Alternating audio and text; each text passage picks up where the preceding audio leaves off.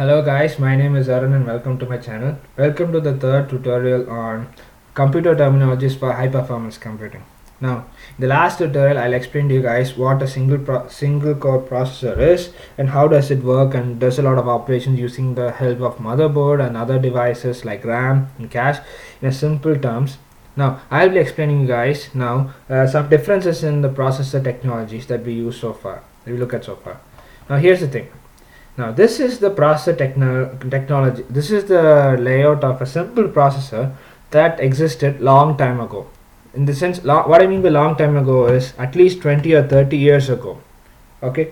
Now, nowadays the processor you get along with your computer, such as your laptop or your systems or any supercomputer, okay, they do not have this kind of an architecture. They have a different architecture.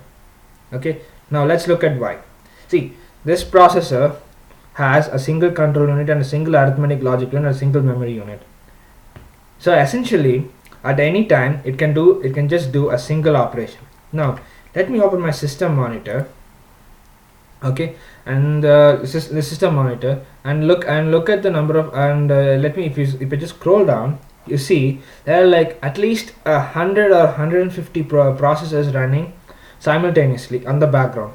Okay, now if I look at my resources, okay, it will say that how much amount of RAM I am being using in my system, how each processor is being under work by my computer, and I'll also look at and this is what I mean, and how much memory each processor is occupying in my RAM, so on and so forth. Now, if you want to get an option like this, okay, and your single core processor cannot do that. However, it can do by this.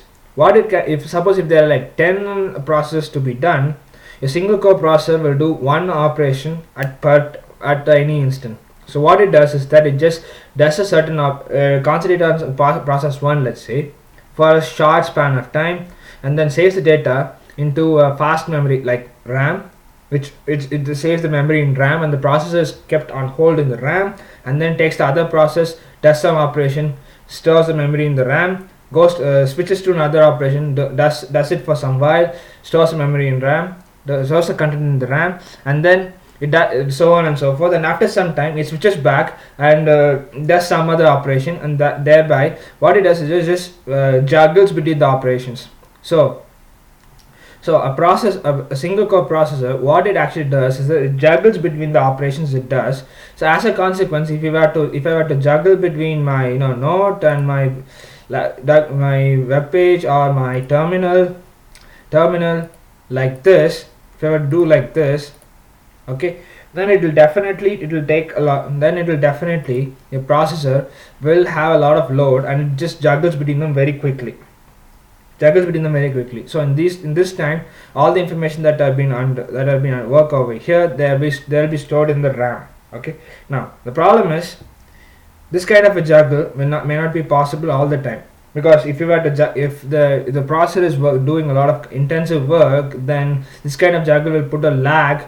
So as a consequence, I don't see any lag as of now, but if I were to do some very complicated operation at the back, then if you were to switch your program like this, then there will be a small time lag which you might notice.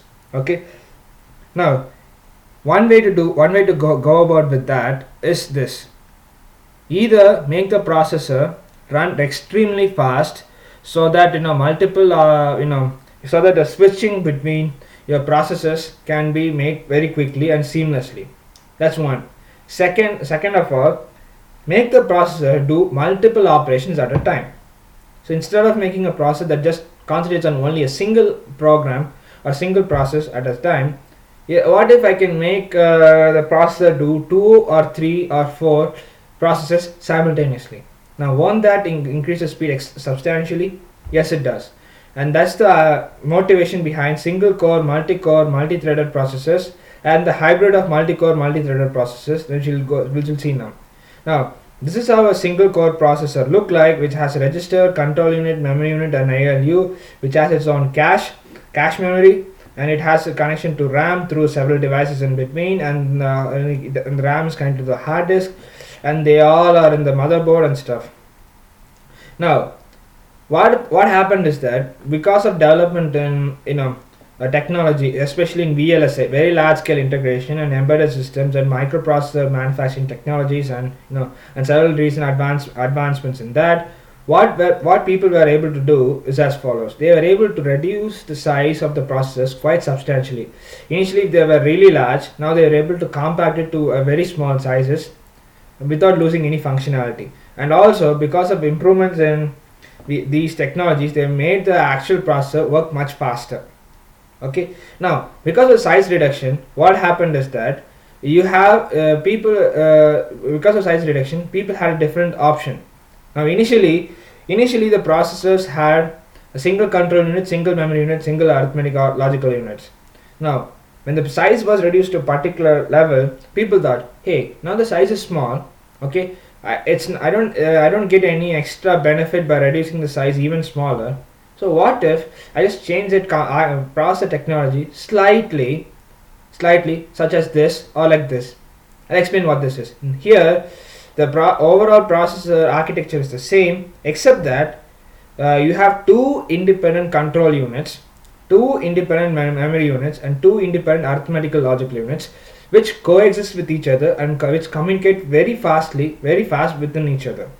Now, this being the case, what happens is that control unit, memory unit, control unit 1, memory unit 1, and arithmetic logical unit 1, they can all coexist, and they all interact with each other, then they can do one job. Whereas control unit 2, memory unit 2, and arithmetic logical unit 2, they can coexist with each other and they'll do another job. As a consequence, when compared to a single core processor, this processor can do two jobs at a time. And if you look at it, this processor, because of two distinct memory unit, arithmetic logical unit, and control unit, they tend to behave like a single person or a single entity having two brains, two independent people. So this processor, although it's a single one, it behaves like two processors. Okay, now this is actually called as a dual core processor. Now dual core processors can be of different types. Okay, it can be like this, wherein the control units are kept along with each other, memory units and arithmetic logic units separately kept along with each other. Otherwise, this architecture is also possible, wherein you just place two single core processors next to each other, and they communicate with each other for all the information. Now this is possible. Okay, now depending on what kind of a processor people make and use, the architecture might be different, but these are some these are just for visualization, so there are a lot of nitty-gritty details into it. So this is just for visualization, so just keep that in mind. Okay, next thing is this is called as a dual core processor, meaning now this processor essentially has two cores. Okay, and each one of this functional unit is called as a core. Now this is actually initially a processor as per the old definition. Now this entire thing is a processor, so each functional independent unit becomes a core. Okay, now extending on these lines, now people went a few steps ahead, and then they made a separate and different kind of processor called as a quad core processor. Now what it does is essentially as follows. What it does is that it just has four cores aligned next to each other in a grid pattern like this, and all of them intercommunicate with each other just like that.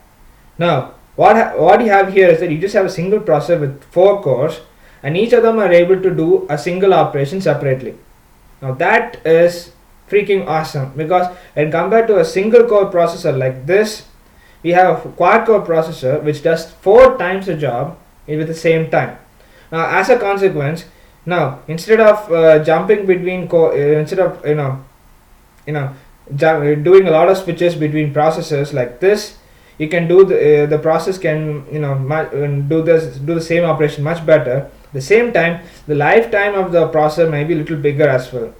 This puts a lot of technological demands as well, like cooling the communication systems and how the process behave independently and stuff. And also what happens is that sometimes some processors might one core might dominate over the other and something like that, and one core might work a lot will have much larger share of load when compared to others. There are issues like that people are working on it. Make sure that the jobs are evenly distributed among the cores, and people who are working with VLSI, embedded systems, and even and lot more complicated microprocessor technologies, okay, they'll work on it. They're working on it. Now that's the quad core processor. Now that's one way. You divide the processor into partitions such that each partition does some job separately.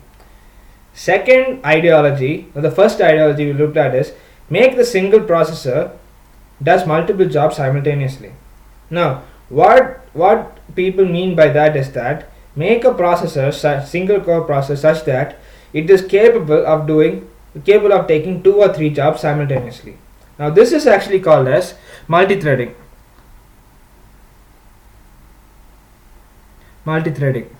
Where meaning each thread does a single operation.